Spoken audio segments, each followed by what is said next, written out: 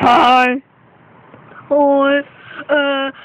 Det her det er så programmet, om jeg har mødt Justin Bieber, og jeg er offeret. Jeg kan ikke lade at tænke på det. Jeg sad hjemme i min stue. Det var min datter, hun er mega Justin Bieber-fan, ikke? Hvem? Min datter. Jeg føler det ikke.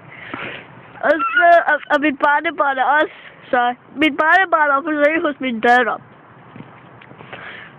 Så bankede det på døren, og det var så mig, der skulle åbne, fordi min datter hørte baby.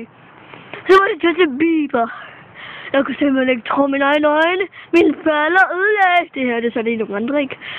Mine briller, de ødelagde simpelthen af skræksyn. Så du har fået noget nye? Ja. Ja, okay. Og så kom min barnebarn, og så råbte hun, Justin Bieber! Så jeg faldt om. Og så kom jeg og fortalte, at det var Justin Bieber, der havde betalt. Så ja, du ved nok, hvad der så er sket. Nø. Jeg døde i 5 minutter. Okay. Og bagefter, da jeg fandt ud af, at jeg var død i 5 minutter, så dræbte jeg Justin Bieber. Men han overlevede. Jo. Men, så du har det okay nu? Ja, jeg skal bare ikke se hans ansigt igen. Okay, det var super. Tak fordi du gav jeg svare på alle mine spørgsmål. Ja, det var det. Hej hej. Hej hej.